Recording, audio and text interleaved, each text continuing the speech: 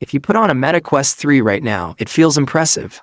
You step into a world of spatial computing, crisp mixed reality, and gaming freedom that feels light years ahead of where we were just 5 years ago.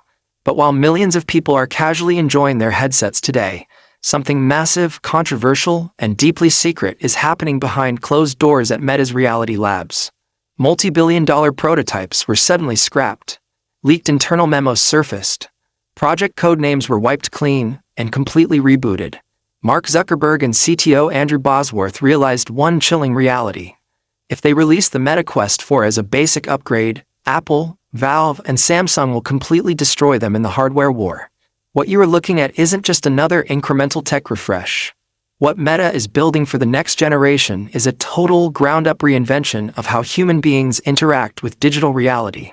We are talking about two entirely separate, mind-bending headsets, custom neural chips, micro-OLED displays so sharp your brain forgets it's looking at a screen, and a radical external puck design that strips away the weight on your face forever.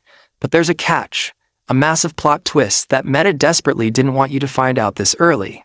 To understand why the Quest 4 is being redesigned from scratch, you first have to understand the massive internal crisis that hit Meta recently.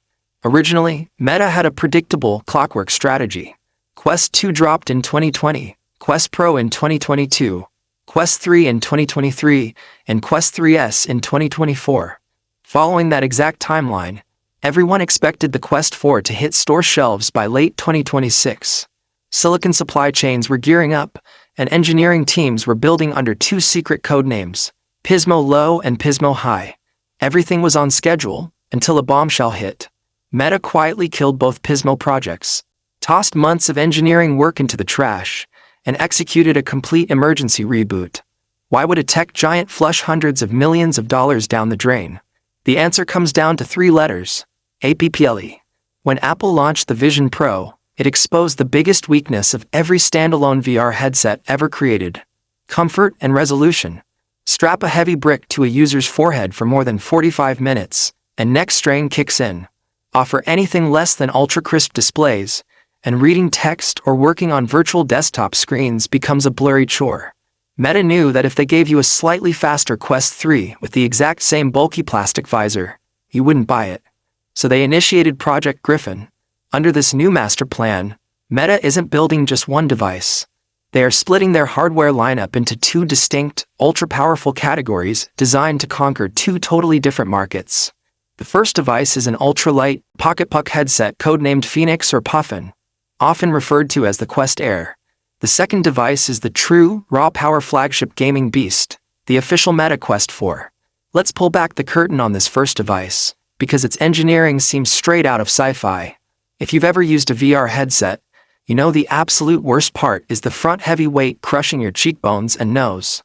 The battery, the heavy processor, the cooling fans, and the display panels are all stacked directly over your face. Meta's radical solution for the Quest Air is to rip the heaviest components out of the visor entirely. The battery and core processor are moved to a sleek, lightweight compute puck that clips onto your pocket or belt. By offloading that weight, the actual headset on your face shrinks down to the size of a pair of thick ski goggles. Imagine putting on a device that weighs barely over 100 grams. A headset so light you completely forget you're wearing it after 2 minutes.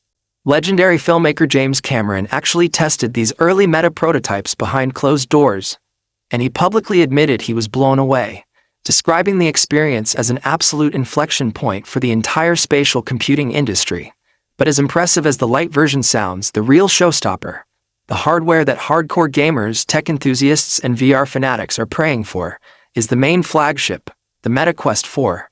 And when you look at the leaked spec sheets for this device, it becomes terrifyingly clear why Meta reset their development cycle. Let's talk display tech. The Quest 3 uses fast-switch LCD panels. They're good, but black levels look washed out gray in dark horror games, and the resolution, while decent, still leaves subtle pixelation if you look closely. For the Quest 4, Meta is transitioning to ultra-dense 4K micro-OLED displays for each eye.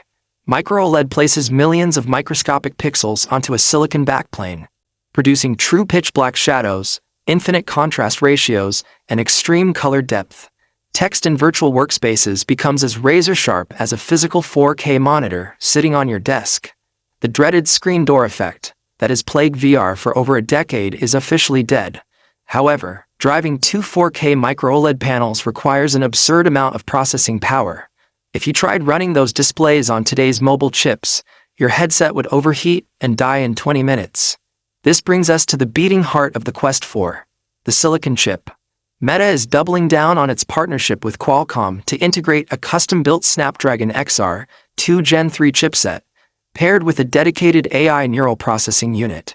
We aren't just talking about a standard 20% boost in frame rates here.